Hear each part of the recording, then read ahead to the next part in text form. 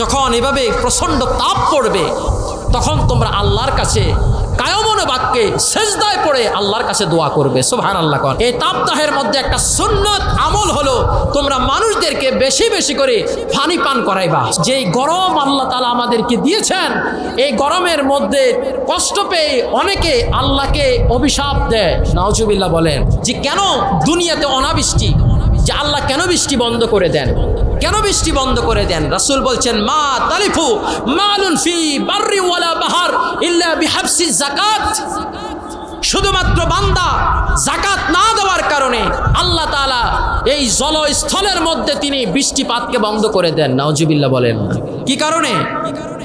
শুধুমাত্র যাকাত না দেওয়ার কারণে আল্লাহ তাআলা আমাদের উপর থেকে বৃষ্টিপাতকে বন্ধ করে দেন।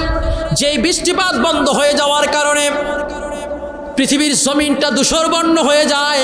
এই মানুষের কারণে পশু পাখি গাছপালাগুলো পর্যন্ত কষ্ট পেতে থাকে। বলি নাউজুবিল্লাহ। আজকে এই গরম আমরা ভোগ করতেছি। এই গরম সম্পর্কে রাসূল পাক সাল্লাল্লাহু আলাইহি ওয়াসাল্লাম তিনি সহিহ বুখারীর 536 নম্বর হাদিসের মধ্যে আল্লাহর হাবিব সাল্লাল্লাহু আলাইহি ওয়াসাল্লাম তিনি একটি হাদিস বর্ণনা করেছেন যে এই গরমের তীব্রতা এটা কি? এটা হলো জাহান্নামের উত্তাপের একটা অংশ। সুবহানাল্লাহ।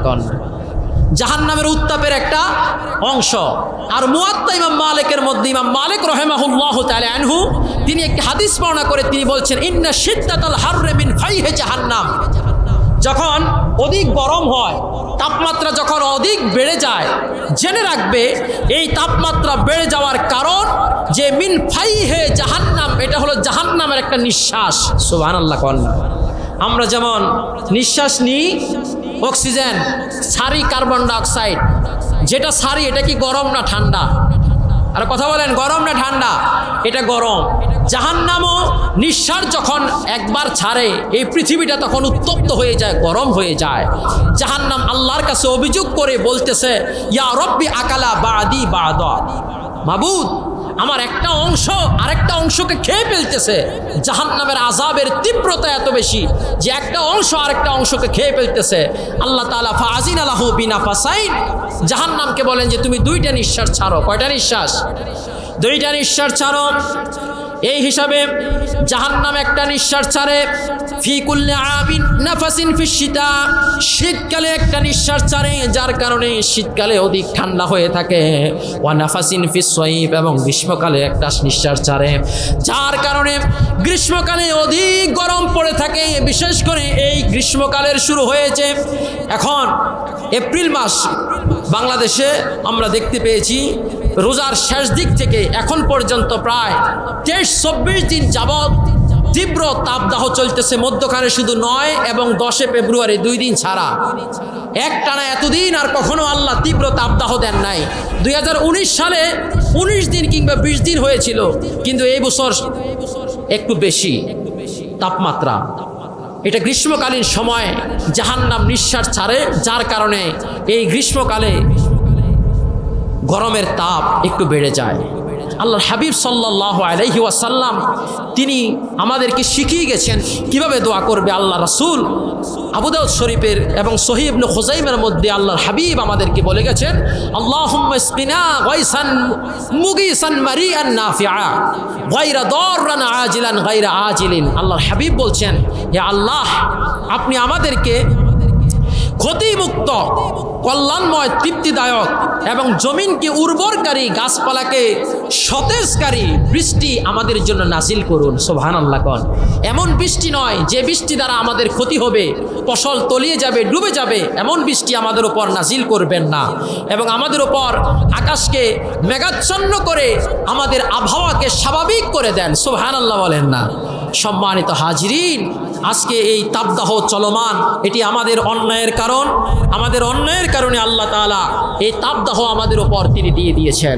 আজ জমিনের মধ্যে আল্লাহ পাক আমাদেরকে বলেছেন যখন এমন তাপদাহ হয়ে যাবে, গরম বেশি পড়বে, তোমাদের দায়িত্ব তোমরা বেশি বেশি করে আল্লাহর কাছে ইস্তেগফার করবে। সুবহানাল্লাহ। আমাদের গুনার কারণে যেহেতু আল্লাহ শাস্তি দিচ্ছেন, আমাদের উচিত হলো বেশি বেশি করে আল্লাহর কাছে কি করা? ইস্তেগফার করা। আল্লাহর পাক বলেছেন ফাকুল তুস্তাগফিরু ইস্তাগফিরু রাব্বাকুম ইন্নাহু কানা গাফফারা ইউরসিলিস সামা আলাইকুম মিদরারা। যদি আমরা আল্লাহর কাছে ইস্তিগফার করতে পারি, আল্লাহ আমাদেরকে মাফ করে দিবেন, আকাশ থেকে বৃষ্টি নাজিল করবেন। সুবহানাল্লাহ কন্যা। সম্মানিত হাজিরিন, তারপরে আল্লাহর হাবিব সাল্লাল্লাহু আলাইহি ওয়াসাল্লাম তিনি আমাদেরকে বলেছেন, যখন এভাবে প্রচণ্ড তাপ পড়বে তখন তোমরা নফল রোজা রাখবে। সুবহানাল্লাহ কন্যা। কি রাখবে? আমরা অনেকে মনে করি এই গরমের মধ্যে রোজা কেমনে রাখবো, আর আল্লাহ রাসূল বলতেছেন গরম যখন বেড়ে যাবে তখন তোমরা নফল রোজা রাখবে, তোমাদের রোজার কারণে আল্লাহ গরমের তাপকে কমাই দিবেন। সুবহানাল্লাহ কন্যা। কেননা আল্লাহ তাআলা কখনোই রোজাদার বান্দাদেরকে তিনি কষ্ট দিতে চান না। আর আল্লাহর হাবিব সাল্লাল্লাহু আলাইহি ওয়াসাল্লাম বলেছেন, যখন প্রচণ্ড তাপ দেওয়া হবে তোমরা মানুষদেরকে বেশি বেশি করে পানি পান করাইবা। যেটা আরব রাষ্ট্রে, আরবরা এই সুন্নাতটা বেশি পালন করে থাকে। আরব রাষ্ট্রে যে মসজিদে যায় ওই মসজিদের মধ্যে আপনার এই কি থাকে, ফ্রিজ থাকে, ফ্রিজের মধ্যে আপনার কার্টুনে কার্টুনে পানি সাজানো থাকে। সুতরাং সম্মানিত হাজিরিন, আমাদের সাধ্য অনুযায়ী আমরা যদি পারি আমরা মুসলমান ভাইদেরকে পানি পান করাবো।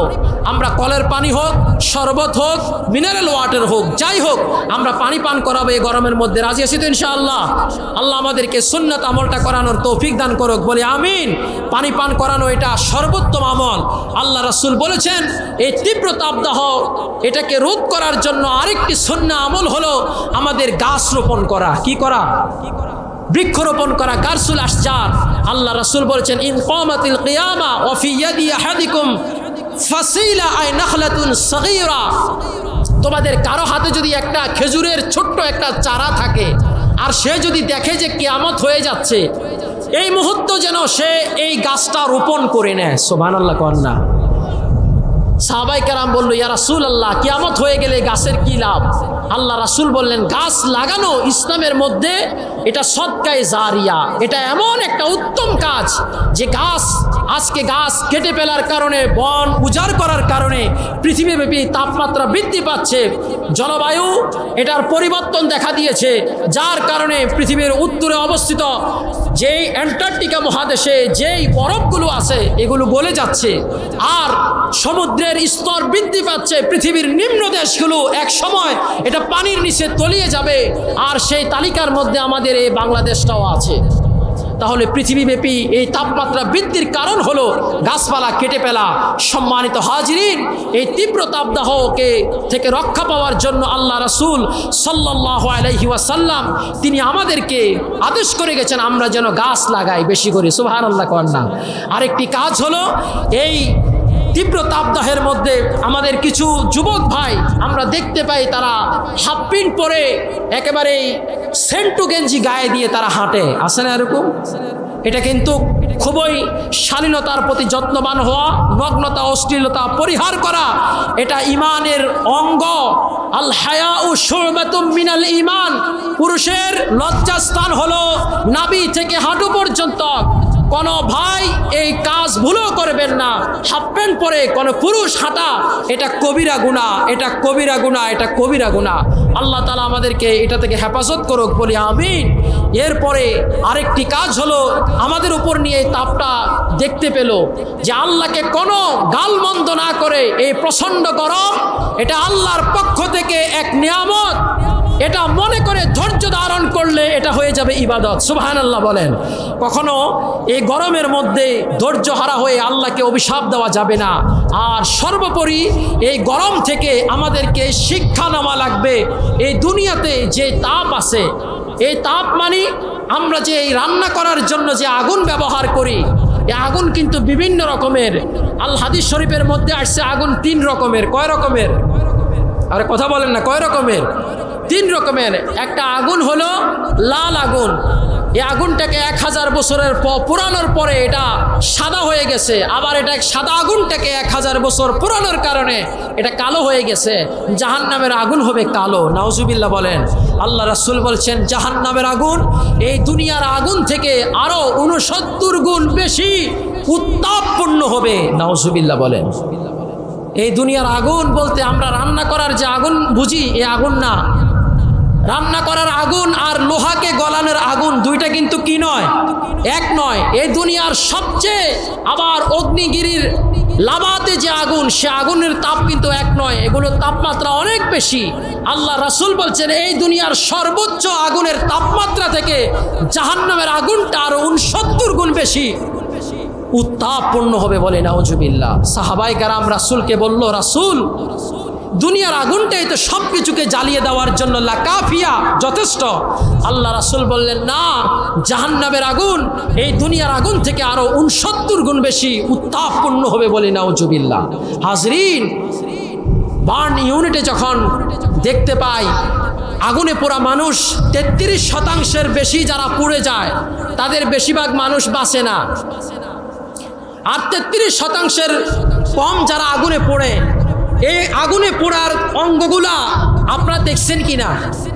যে শরীরের যে অংশটা আগুনে পোড়ার পর সুস্থ হয়, এই অংশটা আপনারা দেখছেননি?